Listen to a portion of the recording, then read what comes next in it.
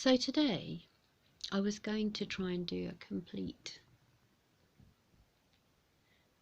illustration of why Glumpies have no hair.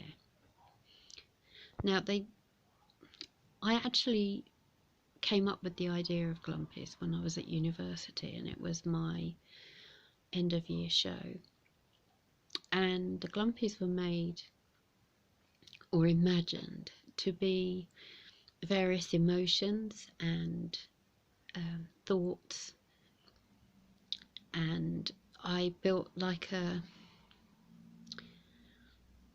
high-rise block of squares and fitted Glumpies in each one, and each one was different, of course. Some were insecure, some were happy, some were sad, some were dependent on various substances and so on. So they kind of ran the whole gamut of human emotions. I tried occasionally putting hair on them, which just really didn't work, and I've thought about it a lot over the last few years, and I've thought, why do Glumpies have no hair? And I came up with this idea that as soon as they step outside, the birds come and steal their hair to make their nests. So that's why this little rough drawing actually, it's kind of looking to it to illustrate this. It hasn't gone too bad. I think what I will try and do is take the Glumpy out of it. I'm going to trace it off and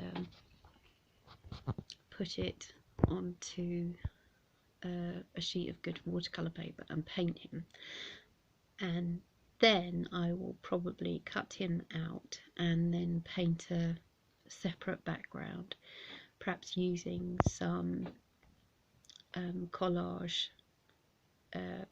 pieces of leaves and plants, probably winter ones, because let's face it, you're not going to feel very happy with some bird pulling your hair out. The other thing I'd like to include more in some of the images are toadstools and mushrooms, fungi, because I kind of have a real soft spot for those. I have done some glass engraved fungi,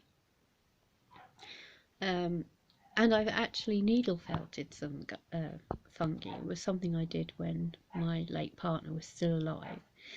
It was something I could just sit and do and not have to think about too much.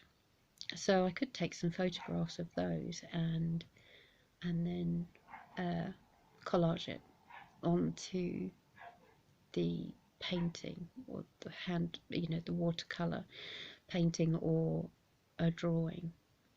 But what I'll see about that. I also want to play with the sizes, because Glumpies are not necessarily that big.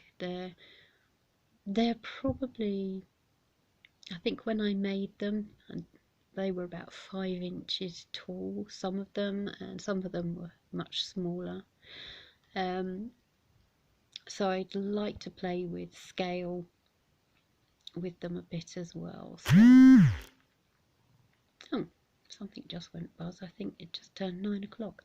Anyway, so yes, I want to play with scale, taking things from life, real life, and then placing it in the imagined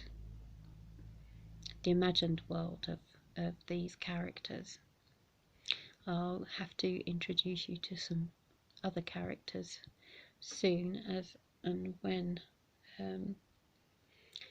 I bring them into a more illustrated form. Anyway, I think I bored you all enough. Thanks very much for listening, and speak again. Bye bye.